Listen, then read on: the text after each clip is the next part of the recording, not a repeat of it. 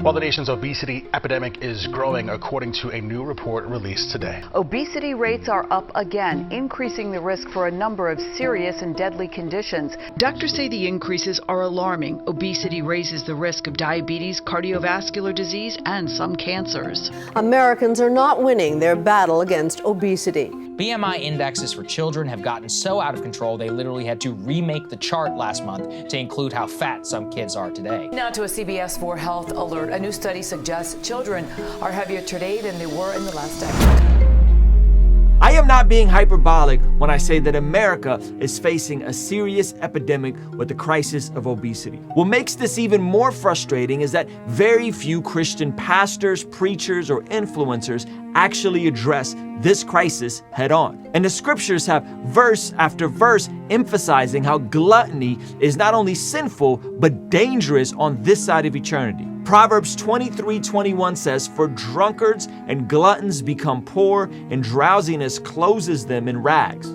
Proverbs 23:20 instructs us not to join those who drink too much wine or gorge themselves with meat. And even in the New Testament, it echoes this same sentiment in Philippians chapter 3, verse 19, where it says, "Their destiny is destruction, their God is their stomach, and their glory is in their shame. Their mind is set on earthly things." So no, this video is not being hyperbolic. No, this is not a crisis that any of us should take lightly. Yes, I understand, many of us are overweight, and for many of us, this is a triggering topic. But with the medical institution constantly known for treating the symptom and not the cause, there's now the talks of prescription and even surgical intervention for how this is impacting children. And the church and most Christians remain silent. So on this video, I sat down and explored the inspiring story of Trizzle Fitness, who was a board-certified orthopedic surgeon and decided to walk away from that industry in order to pursue fitness. This is the story of someone that comes from Big Pharma, yet transitioned into helping people change their life through fitness. And this is another one of those videos that if you pay attention closely, you might see me shed a tear. Ruslan. All right, ladies and gentlemen, we have a fantastic guest today. This, in my opinion, is one of the most interesting and inspiring stories that I've came across. And I'm so happy that I was able to get this brother in the studio today. Without any further ado, ladies and gentlemen, Trizzle Man Fitness, AKA Trent. Yes, sir. Thank you so much for being here, brother. Ruslan, what's going on, bro? Man, so there's so many things I want to talk to you about. Yep. First of all, you were a doctor surgeon, and then you completely transitioned to being a fitness entrepreneur. I want to talk about some of the competitions you've done with regards to fitness. You just got out of one. I would like to talk about the family stuff you do with babies and bringing in children into your home, your faith as well. There's so many interesting parts to you that I'm super excited to get into. But I just want to start like how we kind of came across each other. Yep. You were initially doing music. Absolutely. Now, did we meet in person or did we just meet through some mutual friends over the internet? Is this our first time meeting in person? This is our second time meeting in person. Okay. Actually, we had a conversation multiple years ago where we actually sat down for coffee to kind of go over some music stuff. I was interested in pursuing music full time. I wanted to come into CHH full time. And actually, after we spoke, I realized it wasn't for me. I realized it wasn't my path. Yeah. Okay, so I talked you off the ledge. Yeah. What refresh my mind on that conversation? Yeah. So it was a conversation with one of our friends, J. Rob, introduced us. Shout out to J. Rob. That's the homie. He's our mutual connection. And I was still studying medicine at the time. I was in my undergrad. I had put out a couple of tracks beforehand. I was like, man, I don't know if I want to go full time into medicine. I don't know if I want to go full time into music. And so we had a conversation together. And I think the biggest thing for me that drew it was the lifestyle. I didn't want to have to travel. I didn't want to have to travel across the country, because at that time I didn't know it, but family was one of my biggest values. And I didn't know if I was ready to leave the home or make that big of a sacrifice for something. And this is around 2017. I would say 2016, 2017. Yeah, because I remember hearing some of your music back then, and I remember like, oh, this is cool, you know. And J Rob was like definitely bigging you up, and so that's so cool. Yeah, I actually don't remember that conversation. I remember hanging out with J Rob a couple times, and I remember he came down with some other friends. But that's so funny. I don't remember that conversation. I just remember following you on Instagram, and then slowly like watching, and I'm like, oh, that's so dope. He's becoming a doctor. And slowly watching, I'm like, this fool is getting shredded. And then next thing I know, you're doing the full-on fitness thing while finishing medical school. And at some point, we talked through DMs or we hopped on a phone call or something, and you're like, nah, dude, like I'm done. I'm going all in. My business is making this much a month. And you completely pivoted and went all. You got to tell that story. 100%. So obviously going through medical school, I went to school at USC Keck School of Medicine as a PA. And so going through that process, it was hard. You know, when you're in medical school, when you're getting your master's degree, your doctorate degree, you don't really have the time to work and have a job. And so my wife and I were pretty much living off of student loans, just month to month, you know, very difficult time. And, you know, one of my passions was fitness. I was like, I know I really love fitness. I love to work out, even though I'm working 60 to 70 hours a week in surgery, you know, in the ICU, I still was working out 5 times a week. I still had people in the hospitals, in my class, like, how are you getting to the gym 5 times a week with this type of schedule? How are you still on your meal prep? I was bringing my meals to the hospital, right? Like putting them, like just making it work. I'm like, I'm not missing. And so what happened was while I was through school, I had these high-level individuals asking me, what are you doing to stay in shape? While everyone else was gaining weight, I was continuing to progress the way that I needed to. And so I got to a point where I was like, you know what? I'm going to just start sharing and documenting my journey. So I started an Instagram page just to share my journey and the things that have helped me, the workouts I was doing. And it just, one thing led to another. I just decided I'm going to do this on the side. I'm just going to take on a couple of clients online because that's all I had the capacity to do. And obviously those couple of clients got amazing results and amazing transformation. A couple led to 10, led to 20, led to 30. And at this point, I had finished schooling. I graduated. I got my dream job in orthopedic surgery. I was working in foot and ankle surgery. I was working in sports medicine, was able to work with athletes. This was my dream job. This is exactly what I wanted to do.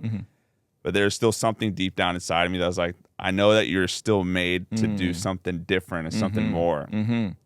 And coming out of COVID, I was continuing to train people online. I had my online training business, and it got to a point after I got my job, my dream job. I was only 2 months in, where I hit a fork in the road. I probably had like 50 clients at the time. You got 50 clients? So I have 50 clients, and I'm working 50 to 60 hours a week on my job, right? Wow. And so I hit a fork in the road where I had to make a decision. You know, what am I going to do? Am I going to chase what my heart like really loves? Or am I going to settle for something that was comfortable? It was a good paying job, but it didn't give me that full satisfaction I needed. And here's the thing. A lot of the times when I talk to people about quitting my job, most people, when they quit their job, they hate what they do. You know, they're like, oh, I hate my job. I want to start my own business. I didn't hate what I did. What you did. I liked what I did. I was able to serve and love people and see healing come. But I knew that there was something, you know, greater that I wanted to do. And so I took the leap. I let go of something that was comfortable, and it was one of the best decisions I ever made. Wow. That is so fascinating. Okay. So let's back up. Because when we're hanging out initially, we're talking about music. So there's something in you that has this entrepreneurial, creative spark. How did you end up wanting to be a surgeon?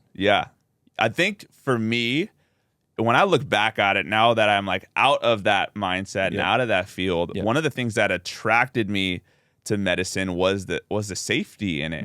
I was like, man, I want something secure. Come on. I want something that's safe. I want something that, you know, will provide my family with a good background. Taking risks was something that I always tried to steer away from.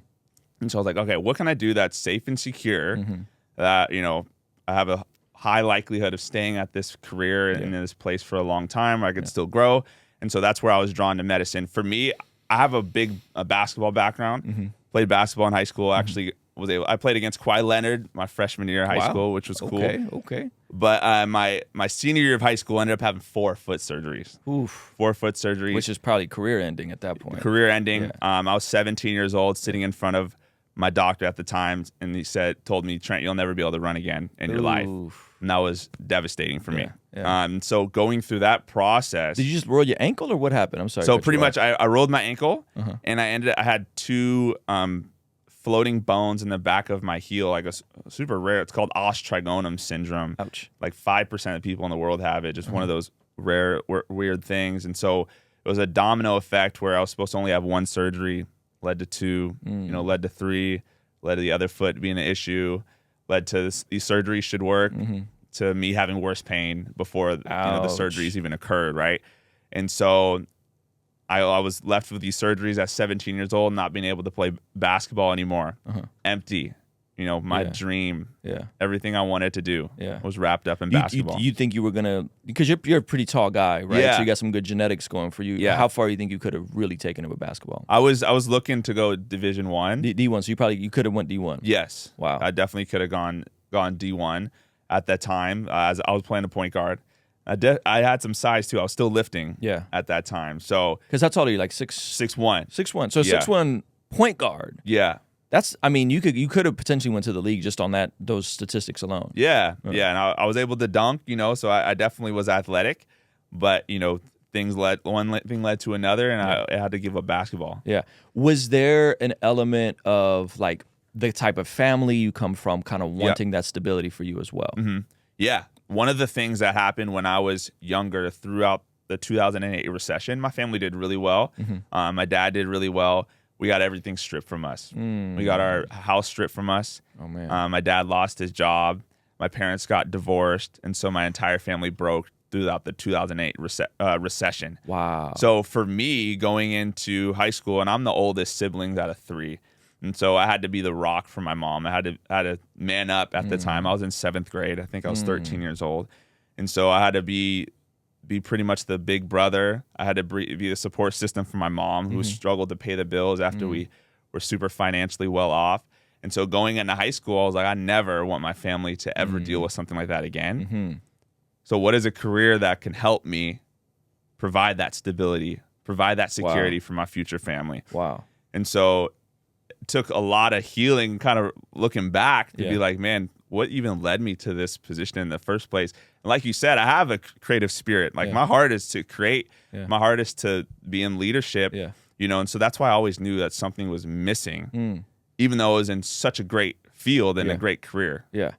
Wow. That's so interesting that once you say it out loud, you were able to piece it all together, and like I don't want to say it was a scarcity mindset, but it kind of was like, I want stability, protection. I want to be risk averse because risk got, disrupted my family. And so then you go after this very safe career, which you were still passionate about, but then ended up, yearning for more. And so I just think of a lot of people. I was listening to this CoffeeZilla Lex podcast, and they talked about the ability to dream is the ability to stare at the odds and to say, like, I'm going to go after this anyway.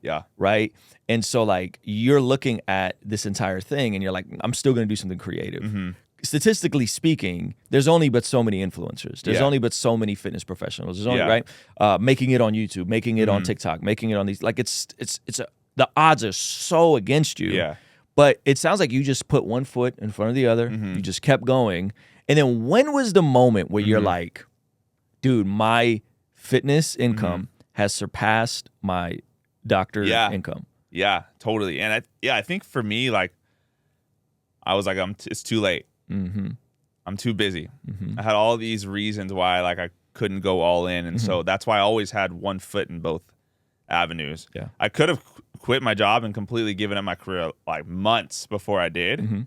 But I wanted to hold on to both. I wanted that stability. I wanted that security. What's going to happen a year from now? 2 years from now? I had my parents throwing, doubt in my head. Are you sure this is what you want to do? You went to school for 8 years. You took out $250,000 of student loans. You're going to give that up for this? For Instagram, right? And so I had all these people just throwing little doubts at me. Like my parents believed in me. But, you know, they still were, are you sure? Are you sure? Because they just want what's best for their kid. Exactly, exactly. They were going to support me either way, but at the same time, they're like, you got to really think hard about this decision. You know, you spent 8 years, and most people spending that much time into going to school for something and that much money, you know, that's a very difficult decision to make. So for me, like I said, I reached about 50 to 60 clients. I was making good money, probably about the same that I was making at my job. But really the defining moment was actually I had a full-blown anxiety attack from the being overworked for so long. Wow. That was the breaking moment for me. Because obviously something has to break eventually. And the thing that broke for me was myself. It was myself and my marriage at the time. Wow. Actually, I was still providing the service to my clients. I was still showing up to my job. But I was working, you know, at that time it was probably 16, 17-hour days, not sleeping. And so I found myself curled up in a ball in my kitchen. Just at this point, I was like, I cannot take this anymore. There's too much pressure. Wow. You know, I'm not taking any days off. I have no rest. It's just too much on my back. And tell me about that. Like, what was it? Something that triggered it, or it was nothing? And then you just like walk me through what happened that day. Yeah, I had never experienced anxiety in my life before until that time. And so for me, over the span of pretty much my day-to-day workflow was I would have to wake up at 4 a.m., work for probably 2 hours before going to work. And then I'd go on lunch break and jam pack an hour of work inside of my lunch break. And then I'd get out of surgery, let's say 5 o'clock, sometimes later, 6 o'clock, go to the gym, film content from like 6 to 8, get off of the gym, work for another hour to 2 to finish up with my clients. And that was every day. And then Saturdays and Sundays were slammed with client calls. So I was trying to do 2 things at once. 2 full-time things. 2 full-time things at one time. And it was just too much for me. You know, I thought I could be a machine, but eventually you break down. So for me, I was feeling the anxiety. I was feeling the stress come on.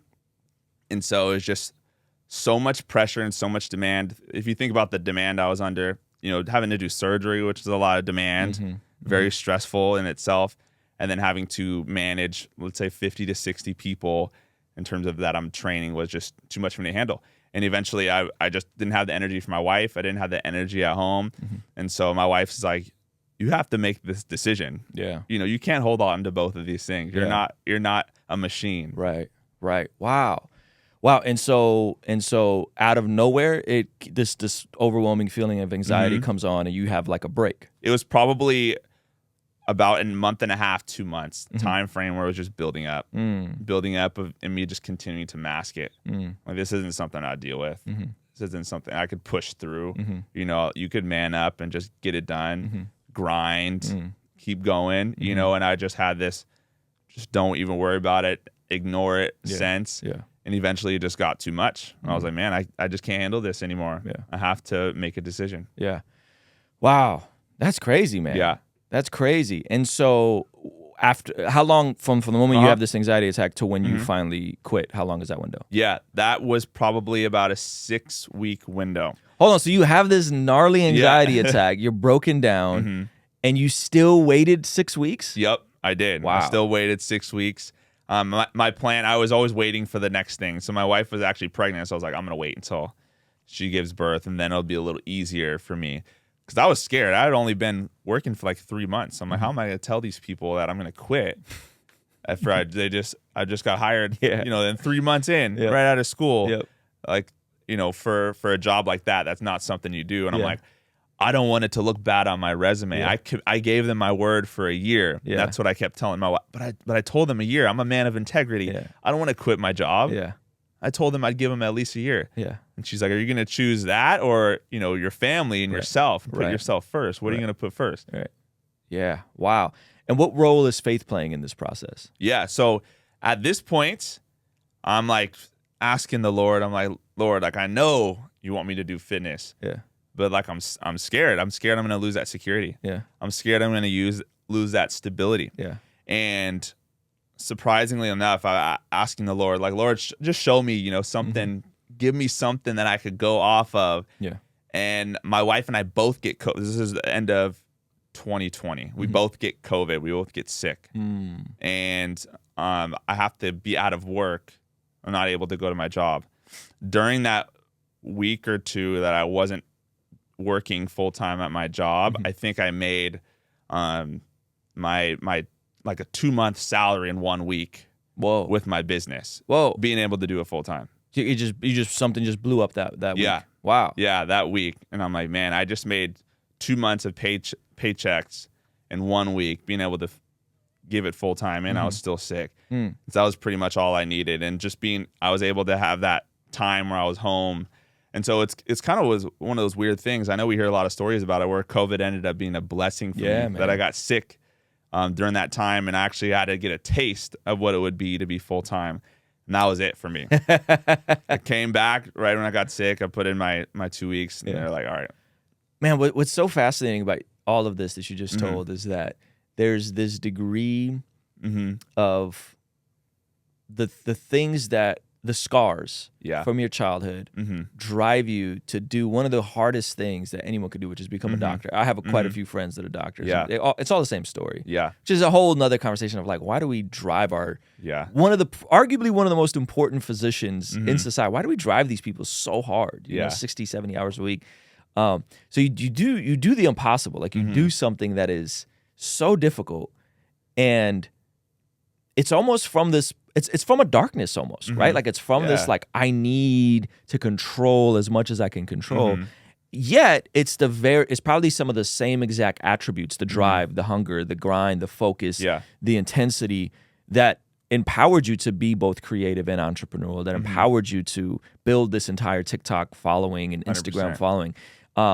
That led you to where you're at now. So it just reminds me of that, you know, that verse in Romans, right? Like all things work for good for those who love God and are called according to his purpose. Like absolutely, all of these things that were probably uncomfortable to go through, somehow God's kind of worked them out to this like incredible season you're in now. Yeah, absolutely. And like a lot of the times when I tell people that I'm $250,000 in debt, something that I don't use, you know, they're very surprised, and they're like, oh man, like that's terrible, that sucks. And I'm like, I know that the Lord brought me to that place for a reason. And it's the same skills and work ethic that I developed going through that journey and process that I believe has helped me become so successful, that has helped me be on one of the, you know, the top 1% of trainers in the world, is because I was able to go through that process. I know what it's like to work long hours. I know what it's like to solve problems and be under high stress. Right. And I'm sure if you haven't, you're going to knock that $250K out pretty quick. Yeah. Considering how well the business is doing now. Yeah. You know, so 100%. it's because what people don't think about is the opportunity cost of not doing the fitness thing, right? Because yes, you could. What were you making as a doc a year? I was making probably $150,000. Where's the cap? And if you don't start your own practice, where's the cap on that salary? Probably 300, right? And so like as a content fitness, I mean, you're just scratching the surface of YouTube. Exactly. There's no lid on that. You know, you can make 3x, 4x that. You know, and provide economic opportunity for other people. Have a team of people that are able to learn as well as get paid to work with you. You know, so like that's the part I think people don't understand. Like, yes, that 300K sounds nice. But is it worth the potential 6, 7, 8, 900K a year that you're missing out on because you played it safe? And you don't have a cap with your time. So in order to make extra, let's say you're going from 150 to 300K, like you're working more hours. So you're trading more time for more dollars. Right. You know, the top surgeons in the world, they work ridiculously long hours. We're talking 80, 90, 100 hours a week. And that's just what you got to do. Yeah. Do you think there needs to be some reform in that system? I think, you know, the system is made for specific people and individuals, right? But there are definitely a lot of flaws. There's definitely a lot of, obviously, like our healthcare system is severely understaffed, especially with the way that, you know, health is just going in our nation. We're just understaffed, you know, and I don't think there's anything wrong with the specific doctors, but it's just the ecosystem as a whole. Yeah, because they don't want to heal you. They just want to give you something to make you feel better. Yeah. You know? And so that was another thing that I was passionate about with fitness, is now like I'm able to solve the problem before it even occurs. It's preventative medicine. Yeah, a preventative medicine where like I'm actually seeing people get off medication and never have to get back on it. You know, I don't have to give them more medications. And so That's what drives me, and one of my biggest passions is seeing my clients get off medication, seeing them feel better, seeing them not have to just rely on caffeine all day long just to get by, waking up like a train hit them when they woke up in the morning, you know. So that's the stuff that I love. That's so cool, man. And I want to talk more about the fitness side of things as well. Tell me about the stuff I've been seeing from you on social media, man, where you open up your home and you take in these babies and you're literally able to be a father to the fatherless. Talk about that. Yeah.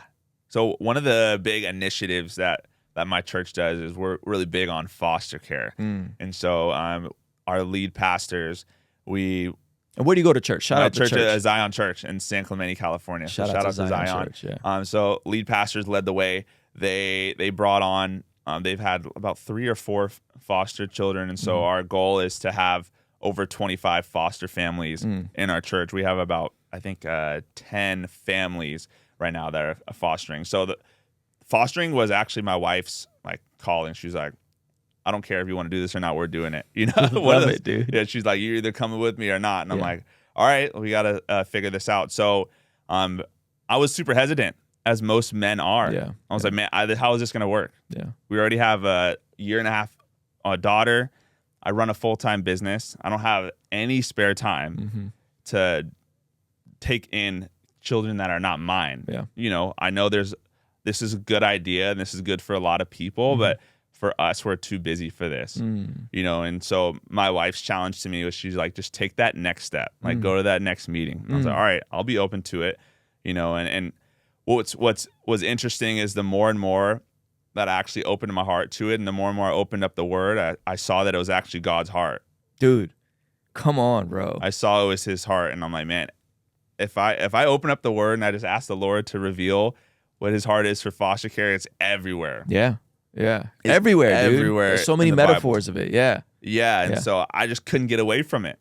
It just would just hit me in the face every time I would open the word. And I'm like, all right, I'm just going to give this a shot and trust the Lord. And I know that every story I hear with foster families, like he'll never let you down. Like the same thing we talk about, you know, with tithing and just trusting God in different ways. Like I knew he wouldn't let me down. And this is just another way for me to trust him on a deeper level.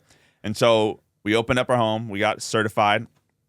Like, okay, we're going to taking these kids. Our age range was 2 and under. So they don't like you taking children that are older than your oldest, because sometimes if they have a negative influence, they'll negatively influence your younger kids. So my oldest is like 1.5 years. So all of the kids we're taking are going to be under 1.5 years. And we just moved into a 5-bedroom house. So it was like our dream house. And it was cool because the day we moved into the house, we got our first call for these kids. The day you move into your dream house, I'm not even kidding, you get the first call. Come on. We get the first call, and at that point, we're like, we have boxes in the house, right? Like, I'm talking, if you've ever moved, you know how it is to move. It's a process. So we have boxes all over the place. Our couches and even in there. Like, hey, we got 2 twins for you, and they're 3 months old. You want to take them or no? They're in the group home. Yeah. Right. And so you get a call like that, you know, you're going to drop everything, and you pray about it. We took some time. They called us at 12 o'clock. And they said at night or at 12 o'clock at noon. And we called them back 10 minutes later. Like, yeah, we'll take them. Like, okay, pick them up in an hour. Yeah. Right. Pick up twins in an hour. Come on. So I had, and all of you men out there, you know how it is. Like, I didn't have time to process this. I'm like, what are we going to do? I don't have time to take care of 2 babies. And so we bring these babies into our house, and it's cool because our church has such an awesome support system where, you know, we had a support team come around us and help us out. And the twins ended up being a very short-term thing. We only had them for a week, and then they went back to their biological dad. Yeah. So we're like, oh, all right, cool. We'll take a little bit of a break. Yeah. And a month later, we get another call for a 5-day-old baby. He was abandoned in the hospital. Oh my gosh. Said, do you guys want to take this baby? He was abandoned, you know, drug abused. Yeah. And so we said, yeah, we'll take him in. Yeah. So 5-day-old baby, drug abused. We didn't really know his story. The first 24 hours we had him. He has 2 seizures, right? So he has 2 seizures. Oh my gosh. And you know, this led us to go back into the hospital. So we were in the hospital for a couple of days, Yeah. about 5 days at a time. So this was a whole process I'm brand new to, where, you know, we're in the hospital, Yeah. we have no idea what's happening. It's a baby. It's not even mine. But, you know, you just feel the Father's heart for these babies, for the disenfranchised, you know. And one of the things that I've grown over the last couple of months, and he's 6 months old now, he's doing amazing. And he's with you guys praise God. still? Yeah, he's still with us. Wow. Right. And so it's a completely, you know, unknown process. We don't know the next steps, but we know he's with us now. Yeah. Right. So what's cool is being a man who likes to have everything planned out, like going through the foster care process, nothing is planned. Yeah. You know, Yeah. like you don't even know what's going to happen tomorrow. Yeah. And so you actually have to trust the Lord on what's next. And you try to piece things together. You're like, are we going to have him? Right. Is he going to go back? But really nothing's known. Yeah. And so it's been such a cool journey of just walking with the Lord step by step, and Yeah. just, you know, growing in my faith in different ways. And like I said, he never let you down. Yeah. And he's provided above and beyond like, for us. That's so cool, man. And I think people, I do some stuff offline that I don't talk about publicly, but I don't think people understand the blessing that is. Like, to be a father to the fatherless, to look out for your family, your extended family, to look out for people that are hurting, especially like babies, like the most vulnerable, you know? And I always think about Matthew chapter 25. Matthew chapter 25 is probably my favorite chapter in the Bible. And it starts with the parable of the prepared virgins waiting for the bridegroom versus the unprepared virgins, right? So it's about like, hey, Jesus is like, hey, like be prepared for my return. I'm going to come. You need to be prepared. Yeah. Then the next parable is the parable of the talents, which is all about management and stewardship, right? And then something really interesting happens. Then he shifts, and it's no longer a parable. He starts talking about on the last days, I'll separate the goats from the sheep, and I will say, you know, when I was poor, when I was hungry, you fed me. When I was naked, you clothed me. And then he says, well, when would we see you? And he said, whatever you did to the least of these, right? Yep. And then he says to the opposite group, right? And so it's this interesting, beautiful chapter of like, live your life as if Jesus can come back. Yeah. Yet be diligent and faithful and steward what God has given you, your time, talent, and treasure, so that you can care for the least of these, right? Like that succession is so crucial. And it's, in my opinion, it's so missed by so many Christians, right? That there is a practical, tangible side to our faith, and you're exhibiting it, man. And it's so beautiful because I think when you look at the statistics, practicing Christian, not even practicing, just Christians, religious Christians, adopt at 2.5 times the rate as non-Christians. So we're already doing 2.5 times the work. But I would wonder what that would look like if we all, or half, or 30%, right? If it wasn't just, oh, well, 5% of Christians, you know, but like a bigger chunk of us did what you did. Hey, I'm going to live my life like Jesus is going to come back, because he is. Yeah. But I'm also going to be faithful with my time, talent, and treasure. God put something in you. Some of that came from trauma and hurt and scars, but you channeled it into something beautiful with getting a, you know what I mean? Like become a doctor. And then all of a sudden you're like, I'm going to pivot. I'm going to even level up even bigger so that you could be a father to the fatherless. Absolutely. And I think the stat is like, if every church were to take in 2 foster children, there would be no foster problem in the world. Right? Every church took in 2. Mm-hmm. How many kids are in foster care in America? Do you know that number? I don't know the number in America. I know in LA County, which is really bad, it's 430,000, which is one of the worst in the world. So the system is 430,000 children just in LA County. Mm-hmm. Wow, that's crazy. And there's at least 300,000 denominations in America. I know that there's 300 denominations in America, 40,000 worldwide. So yeah, when you start taking those numbers and you start reducing them, like we could really move the needle on all of this. And I think like one of the things that's, when you look back like 100 years ago, 200, like the church is supposed to be the answer to a lot of these social issues. Come on. Like look at, just from my experience and perspective, most hospital names are based off of churches because the church was the answer to most medical problems. And so now in our generation and culture, you know, we've kind of strayed away from that. And so a lot of these issues, when we talk about like social issues, the church is supposed to be the answer and the solution to them. Come on. What do you think that is? Like, why, how and why did we get so apathetic? Like, I read that chapter to people all the time, and they go, "You're concerned about money, and blah, don't be worried." I'm like, no. Like, money is just a means to an end. Money is just a means to an end to be the hands and feet of Jesus. Like, it's not about the money, but it is about the stewardship and the faithfulness. Exactly. And I get so much pushback on that. Like, where did we lose sight of that? Yeah. I mean, it's like, you know, the verse in Luke, be faithful with a little, you'll be faithful with a lot. Yeah. You know, I think we've just become apathetic. It's almost like that mindset where, let's say someone drops and has a heart attack in the middle of the street and you just point the finger like, it's on you, it's on you. You know, that actually was an experience I had like a month or two ago where someone had a seizure in a big public place and no one steps up because everyone expects someone else to do it. Yeah. You know, and I think now that we live in such a public world where everything's exposed, our generation is waiting for someone else to make a move, you know, and we have this reason why we can't act. There's always an excuse and there will always be a reason. That's something I've learned, you know, is going through this process. I will always have a reason not to take care of the disenfranchised in my life. Yeah. Whether it's financially tight, time is tight. Yeah. There will always be something. Yeah. Because love isn't easy. You know, love requires sacrifice. Yeah, right? come on. Like, that's just the truth. Yeah. Love is not easy and it's not convenient. And so if I actually want to be the hands and feet of Jesus, I have to be willing to do something that's inconvenient and might inconvenience my life. And uncomfortable. And uncomfortable. Wow. Man, that's so good. That's so good. If we're talking about stewardship, right?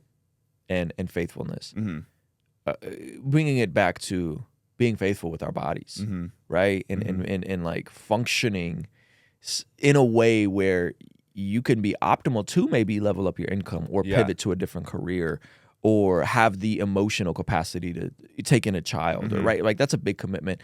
You said something on one of your videos yesterday, a couple of days ago. I don't remember when it was, but you said something interesting. You said, it is not normal for people to be walking around 30, 40 pounds overweight, but it's common. And we've taken things that are common and we've made them normal.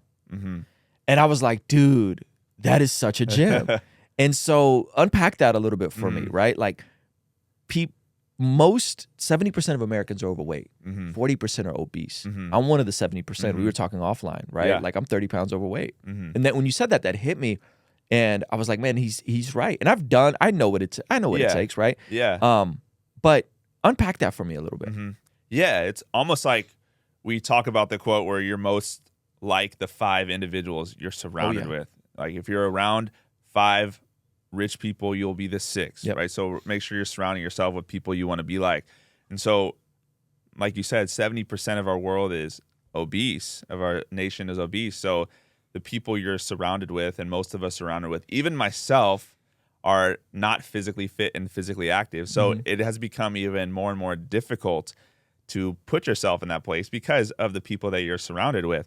And so I think the phrase I talked about in the video is, just because something is common doesn't mean it's normal. We began to normalize being overweight, being 20, 30 pounds overweight. And it's something that this guy next to me, the guy at work, my family, my friends, they're all 20, 30 pounds overweight. So I'm good. Yeah. It doesn't make me uncomfortable. Yep. You know, and as you begin to get fit, you start to experience this for yourself, where the people that are 20 or 30 pounds overweight, and they see you get in shape. This is something I have to talk to my clients about all the time. One of their biggest struggles is they start to have people be insecure to them. A little bit of resentment. One cookie, right? Yeah. Why are you so serious? Why are you taking this diet so serious? Like, oh, it looks like you're losing weight. You must be working hard. Like, how long is this going to last, right? So people start to throw shade at you. Yep. It's almost like the analogy where you put a bunch of crabs in a bucket and one crab tries to jump out and the crab's pulling back down. Yep. You know, people will always try to pull you back down. So something that is common has now become normal. And success in any area of your life gets lonely, and fitness has become that one of those areas where now it's not normal to be in shape. To be in shape and to be at your ideal weight is something that is not normal anymore. Yep. And so now you're in a category of your own where success looks a lot different than it did, let's say, 20 or 30 years ago in terms of fitness. Yep. There's a wild statistic, and I'm sure you've heard of it. If you haven't, you could use it free of charge. Yeah. You're statistically more likely, in America, you're statistically more likely to be a millionaire than you are to have a six-pack. That's insane. Yep. There's 15 million millionaires. In my millionaire, I mean net worth. I don't mean make $1 million a year. I mean their net worth is $1 million. And there's only about 25,000, 30,000 people walking around lean enough where their abs are showing. Yeah. Wow. That's insane, dude. Yeah. That's crazy. I love that. And it shows you that if you're able to get a six-pack, if you're able to get in shape, you're able to have a transformation, what else do you think you could do in your life? Come on. You know, like, I think for a lot of people that feel stuck in life, that's one of the best gateways and just ways that you can get to that next level in your life. Yep. Like, master yourself. Come on. You know, like, if you struggle with your eating habits, if you struggle with complacency, if you struggle with waking up on time in the morning, like, master that stuff first. Come on. Stop focusing on your career and getting a raise and saving XYZ amount of money. Master waking up on time. Like, master what you're doing on your day-to-day stuff, and I promise you that will bleed into everything else. Yeah, because at least you could take ownership of that. You could take ownership of how active you are and what goes in your mouth. You may not be able to take ownership of your income right now. You may not be able to take ownership, right, of where you are in your career right now. Exactly. But you could take ownership of what goes in your mouth and how active you are. Everyone can. You know, what are some of the pitfalls that people struggle with? In a second, I want to talk about some of the ideology we're hearing, fat positivity, healthy at every size, some of that nonsense. But what are some things that are hindrances to getting people in shape on a practical level? The practical thing really is your belief system. Wow. You know, do you believe you can actually do this thing? Come on. I think so many people are stuck in who they are, and their weight and their appearance has become their identity. This is who I am. You know, it's almost like when we talk about smoking, the individual that identifies himself as a smoker versus someone who identifies themselves as someone who smokes get completely different results in terms of getting clean. The person who identifies himself as a smoker has a real hard time breaking their addiction versus the person that says, I'm someone who smokes. They've disattached themselves from that completely. Right. So I think a lot of people, even though they get started in their fitness journey and they get a lot of results, a lot of people are able to look at New Year's resolutioners, right? They're able to commit to a full month, but they self-sabotage because they like and they're comfortable with their state of being because it's become their identity, and they don't want to let that go. That's deep, man. So you're saying mindset first? Absolutely. What are some practical hey man, eat this, not that. I think this is healthy, but it's actually terrible for you. Yeah, I think the practical stuff in terms of what you should be eating is really just learning and gaining an understanding of what calories you're putting into your mouth. Like, becoming calorie aware is one of the biggest assets you could do to your physical body. And I'm not talking about being like, super strict about tracking your food. I believe in tracking your food, but that's not the only way to lose weight and get in shape. But if you could commit to becoming calorie aware, fitness and being healthy and being in shape is an acquired skill, just like anything else. Tracking your food and learning about calories and learning how to cook, these are all acquired skills that everyone can do. Like we said, this is something that every individual can control. I can control what I put in my mouth. I can control how many calories I'm eating, right? So in terms of like what I eat, there are no foods that are off limit for me personally. That's just an easier way for me of living. But what is off limits is me going over my portions. What is off limits is me having too much of this, right? Me opening a bag of chips. I think some of the practical things, number one, if you're struggling with a certain food, get it out of your house. Yeah, it's good. I love ice cream. It's not in my house. Yeah, ice cream for ice cream. Exactly, right? Like, I love ice cream. I still have like urges to eat ice cream, but guess what? If I'm going to eat ice cream, I got to go to the store to buy it. It's not just in my freezer.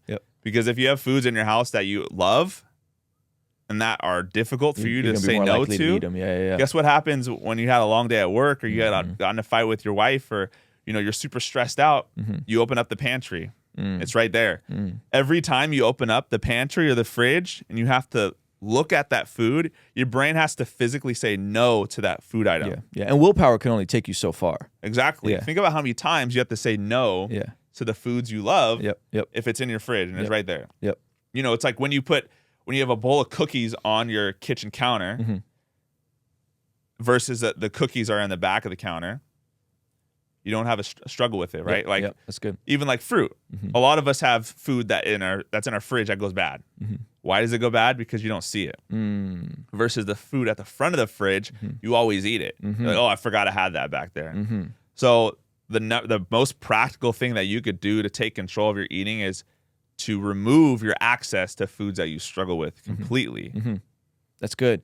That's good. Something that's been helpful to me is high volume, low calorie foods.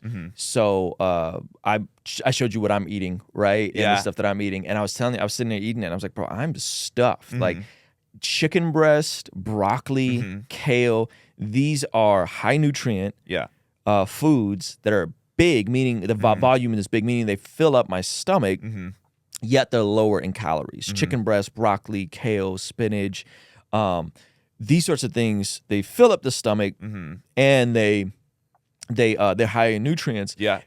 Whereas processed foods, stuff like bread and pasta, right, are going to be high calorie, low volume. You eat a little bit of it, but it's a lot of calories, and so that's something that I've been more aware of, is like, let me try to eat as plainly as possible.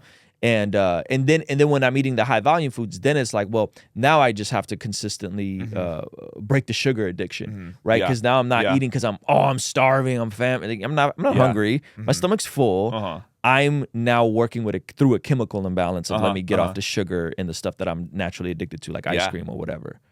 100%. And some of the high volume foods that you can go with, like I love egg whites, like you said, chicken breast. Obviously going with like a solid salad, making sure. I love popcorn. Something I recommend all the time is just like all natural popcorn, because you could eat a lot of it and it's really low calories. And so if you focus on these high volume, high protein dense foods, and for those of you guys who don't know what that means, if you take, let's say, use the example of the salad that Ruslan just ate this morning versus, let's use the peanut butter as the other example. If you take a handful of salad versus a handful of peanut butter, the peanut butter is significantly higher in calories. Right. But both pretty much give you similar in satiety, which means how full you are. And so, and it's not that the peanut butter is unhealthy. Peanut butter could have a utility, right? Like my nephew, who's 6'3" and 150 pounds, peanut butter is probably a really helpful utility for him to get more calories in. But the person like me, I stay away from peanut butter like the plague. Like I run from any butters because of exactly what you just described. So if you could focus the majority of the foods you're eating around high volume foods, you're going to find yourself not only eating less calories, you're going to be able to eat more food, you're going to be able to eat more frequently, but you're not going to be as hungry all the time, which will prevent your problem of snacking. Yeah. Now, what about exercise? Talk about just some basics of exercise that I think maybe people have a lower. One of the things I think most helpful to me for exercise is it's a different bucket. I can't work off a crappy diet. It's a totally different bucket. There's the food side, and then there's the exercise side. And even though someone that's an elite athlete and they're burning 10,000 calories or whatever, right? The average person's not that, and so I've found value in just separating the two. Talk about that a little bit. Exactly. And I think it gets confusing when you try to mix it together. I burn this many calories so I could eat this many, and it gets very confusing. To break it down as simply as possible, your diet is for losing fat, losing weight. Working out and lifting weights and resistance training is for building muscle. And so, like you're saying, when I go to the gym and I'm burning calories, I don't look at my Apple Watch and think how many calories I burned. I'm trying to build as much lean muscle as possible. My diet is where I lose the fat. And so if I'm trying to manipulate what my weight is at, that all comes down really to my diet and what I'm doing. So I think the biggest misconception with exercise is that you need to spend 10, 12 hours a week, 2 hours a day in the gym to see results. You could spend 3 to 4 days a week, 45 minutes a day, very minimal time, as long as everything's structured properly, and see amazing results. Yeah. You know, it really comes down to your ability to adhere and be as consistent as possible. That's good. You know, I think a lot of people, they struggle with comparing their program and what their capacity is to someone else's. You know, if maybe you have 3 kids, you haven't worked out in years, you don't need to hop on a 6-day-a-week program right away. You know, start small. Like, commit there. Yeah. One of the things you echoed on your Instagram that I saw a video on this, and there's a study that just came out that said folks who do this end up like drastically increasing their lifespan and their quality of life, which is 8,000 steps a day, right? So instead of like, you got to go do this gnarly run and do a marathon, do all this crazy stuff for cardio, you were like, dude, just walk 8,000 steps a day, and that'll knock out a lot of your cardio needs. Talk about that a little bit. Yeah, and I think for a lot of people, they're already getting a good amount of steps in, whether it's in their career, you know, at work, or just being active with your kids. But when you start just living a more active lifestyle, like the difference between our society and our culture now versus 200 years ago, that was a lot more fit, is the careers that we had, right? A lot of people were more active in their careers, hands-on. Nowadays, we work from home, sit in front of a desk, sit in front of a computer. And so the problem, yes, it's our diet, but it's also the sedentary lifestyle that we live. Yeah, it's good. And by sedentary, I mean just not moving as much. And so when you break down being able to track your steps, and the way the technology is, how amazing it is, you can just put your phone in your pocket and it tracks your steps. You know, you could have a watch on and it tracks your steps. And hitting, like you're saying, 8,000, 9,000, 10,000 steps every single day is relatively easy. You could break it up. You don't even have to sweat to do it, right? And so practically the way that looks, and the way I like to break it down, is, let's say you committed to 15-minute walk in the morning, maybe a 15-minute walk on your lunch break, maybe another 15-minute walk later in the day, or 30-minute walk. You take the stairs at work. You park a little farther from the grocery store. Like, super practical things that you could do on a day-to-day basis. Go walk your dog. Your dog hasn't been out in weeks, right? Walk the dog, man. Exactly. That's good. Super easy things. And the amazing thing about walking that I love is you could multitask and walk. So like what I do is I'll answer emails. I'll go on a walk and still work and do things. You like to listen to go walk and listen to a podcast. So one of the best ways to start implementing a new habit is habit stacking. Right? Doing something you love with something you don't. So you like to listen to audiobooks, listen to an audiobook and make that your routine when you're going on a walk.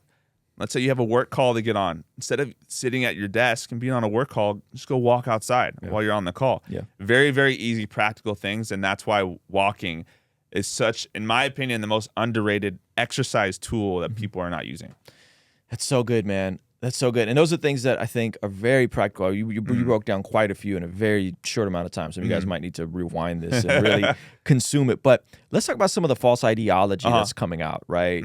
Fat positivity, healthy at every size, right? A lot of this stuff that there seems to be an ideological bent to keep people unhealthy. What do you make of all this?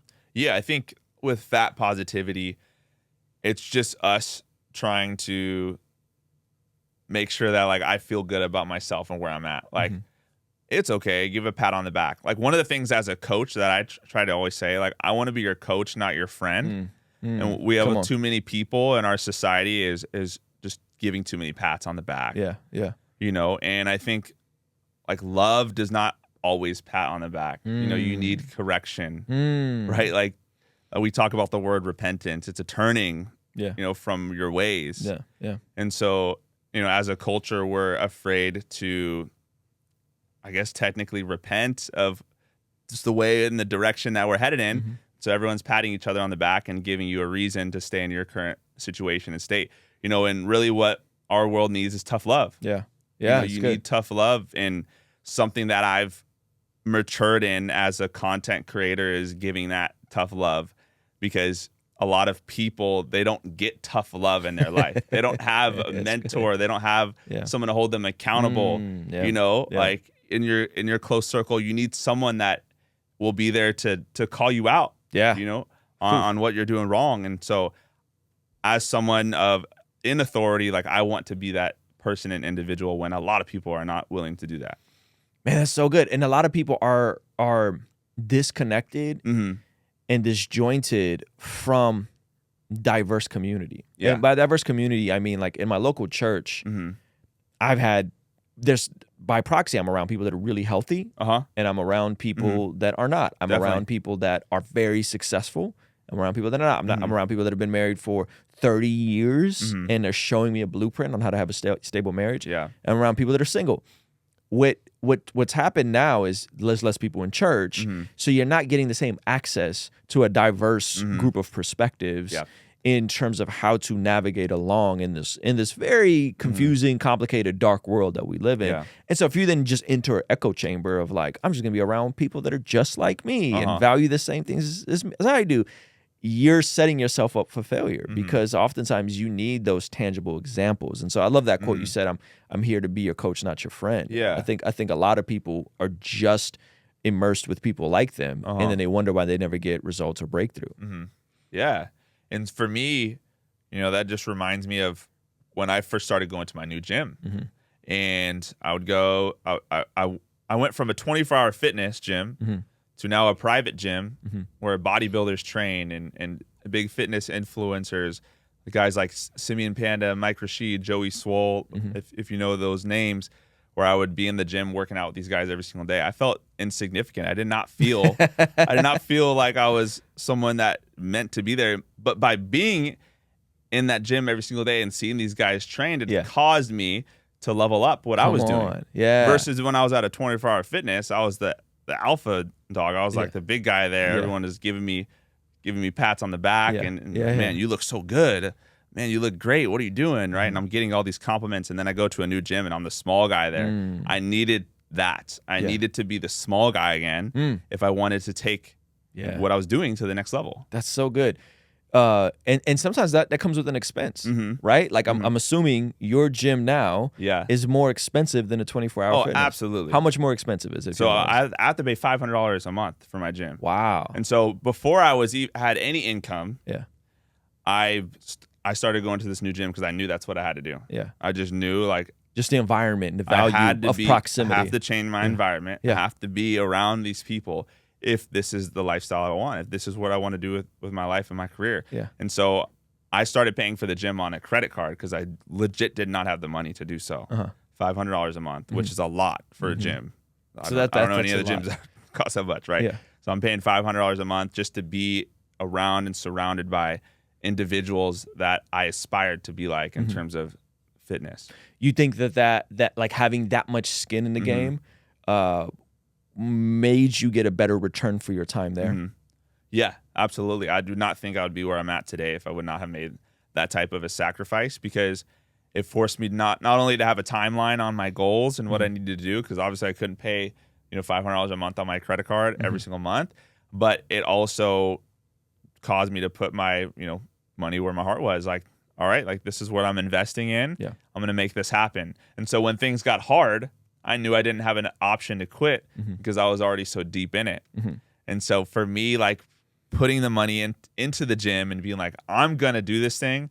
I'm gonna bet on myself. I'm gonna believe in myself, and I'm gonna put the $500 down a month and just make it happen. And it took me like 3 months of kind of like being in the negative to get out of that. But without that 3 months, I would not be here today. It's interesting. Let's talk about the other extreme of all of this, right? So there's fat positivity. There's a lack of investing in yourself. There's a lot of limited beliefs. Let's talk about the other extreme of that, right? Right now, I mean, someone's always talking about it. Recently, it was with Liver King, the natty or not conversation, right? You just did a natural bodybuilding competition. You got super duper lean for it.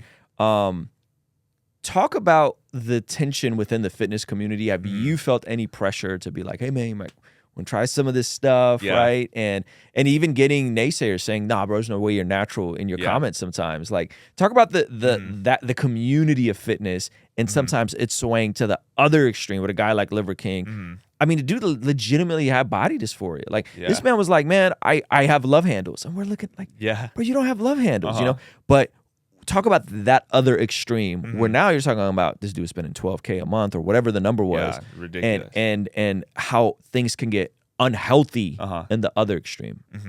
Yeah.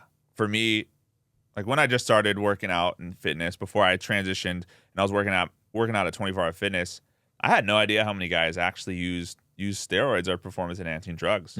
I really thought most people were natural unless they were, you know, these huge like Arnold Schwarzenegger, you know, Jay Cutler type of guys, you know. And so once I like actually got into the industry and I learned like, man, like a lot of the guys that you see on a day-to-day basis are actually on the juice, you know, they're using sauce. Yeah, they're Rogan on the would say. sauce. And so I was like, man, like this is actually a more common thing than I knew it was. Yeah. And I think for a lot of people, that's why the Liver King controversy was such a big thing, because like for me, when I look at the guy, like I'm like, there's absolutely no way he's natural. At this point, you could spot what's natural and what's not right away. My eye's probably not as trained as yours, but you know right away who is natural and who isn't. Exactly. Yeah. So for the common eye, you're just going to take someone's word for what it is, you know. And so, you know, now we're in a place where, you know, I get comments all the time where, you know, like, oh, there's no way you're natty. Just guys just coming at me all over the place for different things.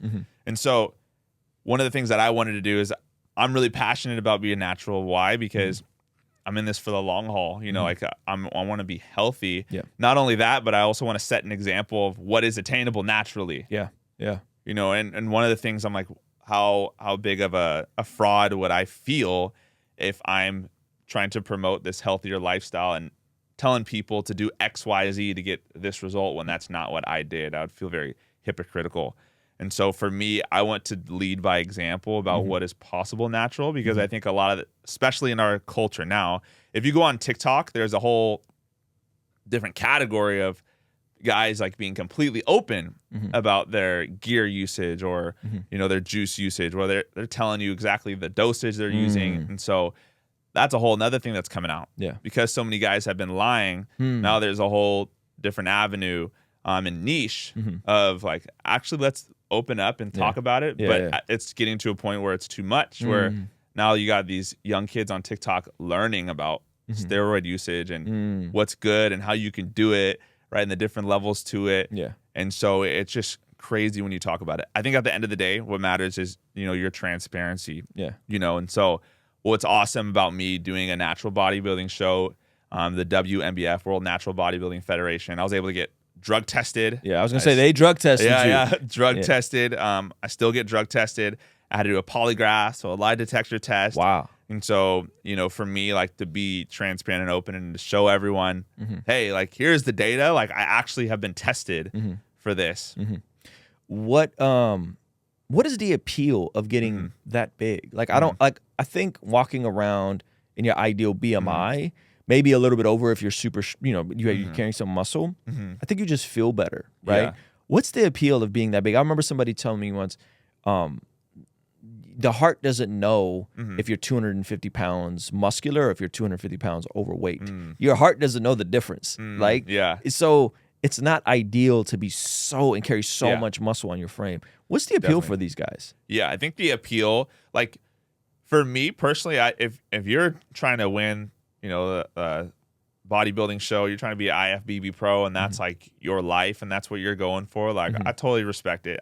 All I ask is for transparency and to be open. You know, if you want to win the Olympia, you want to be the next C-bum, like, and that's what you want to do, go for it, right? But for your average Joe, for your average person, it is not optimal to use performance enhancing drugs for the long term. The appeal comes down to, I think, just being the biggest guy in the room. And for a lot of guys, it's so shallow. It's like that's my all it is. Bugatti. Yeah. Like, what? That really is all it is. And also for a lot of people, let's use the average Joe for an example. They don't believe that they could actually achieve like a great physique. They struggle with their diet. You have no idea how many people I've talked to that are taking performance enhancing drugs, but they don't even diet correctly. And to my understanding, like, to get those results, even on drugs, your workouts and your diet still got to be fine-tuned like crazy. Exactly. So I have a lot of people that, you know, come to me for help, and they're on gear. And I'm just like, you know, don't even worry about that stuff unless you could lock in your training and nutrition, you know, because without that, it doesn't matter. And if you're younger and you're watching this, you have the advantage of newbie gains. If your testosterone is through the roof and you're 18 to 24, 25, how much muscle can you just realistically put on in a year if you're perfectly trained? You've never trained before, you're perfectly training, and you hit the nutrition correctly in terms of the right amount of protein. How much muscle does someone can naturally put on like 15 to 30 pounds like in your first year? That's a lot of muscle. Yeah. That's a lot of muscle. So it's like, I don't even understand the appeal of wanting to do that if you can go from being like my nephew who's 150, 6'3", and he could be 180, you know, within a year if he just nailed his nutrition and training. Yeah. It's the work. Yeah. It's the same reason why the pharmaceutical industry is booming. It's just easier. You know, it's very difficult and it takes a lot longer to achieve like the physique and the body you want naturally. Yeah. Versus going on a 16-week cycle of XYZ drug, right? Like it's just the same mindset of I want a shortcut. And for a lot of people that is, you know, using performance enhancing drugs.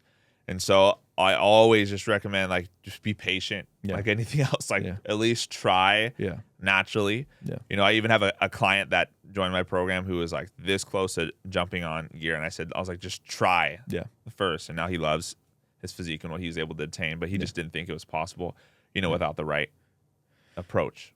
How do you feel about functional medicine? And like there's a big movement right now, like get your blood work and find out like all the particulars. Obviously testosterone is really important for men, but some of the other stuff where they're like, well, get your blood work done and we'll find, well, you know, Dana White said he sat down with somebody that did blood work and he predicted how many more years he had to live based on the blood work. Like, what do you make of that world? Because it's starting to explode, and some of it sounds really reasonable. Like, obviously, your testosterone as a man should matter, especially when you're in your 30s.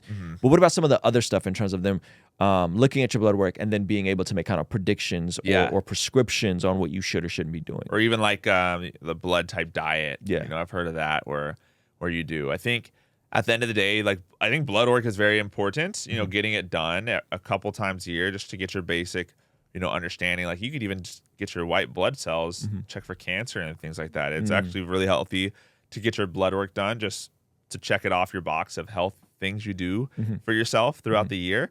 In terms of like you trying to figure out what diet's best for you, what you're allergic to and all those things. Like if you just think about our ancestors didn't have that stuff, right? And so for me, I try not to overcomplicate things. If something is hard for me to understand or hard for me to explain to someone, I try to just stay away from it. Like focus on the basics. The basics still work. The same exercises that worked 30 years ago work now. You know, the same, like protein is protein, right? So I personally try to keep things very simple and basic. Because I believe like simplicity scales and complexity fails. So if I'm focusing on all these other things in terms of like, oh, I need to make sure that I'm eating in this window, and like it just gets very confusing for people. But the stuff you're talking about, you could probably go to your doctor and just say, hey, can I test my test? Exactly. Can I just some blood, run some blood panels? Yeah, that's that all kind of I would stuff recommend doing. You can get, but you wouldn't go the extra mile to pay like a functional doctor hundreds of dollars. Yeah, I don't think that's necessary. You know, you could try. I always say, you know, if you want to do it, try it out. See if it works for you, right? Everyone's different, but that's not something I do right now or recommend. I just think it's too much. Hey, if you guys want to see the extended version of this interview, sign up for our Patreon for only $5 a month. It helps us contextualize the gospel, and in exchange, you get exclusive segments to parts of the podcast that are only on Patreon. A lot of our podcasts come out early on Patreon, exclusive daily after-party streams that are only on Patreon, a discount code for our merch store, and Discord access. So sign up below for only $5 a month, and I'll see you over there, all right? Peace.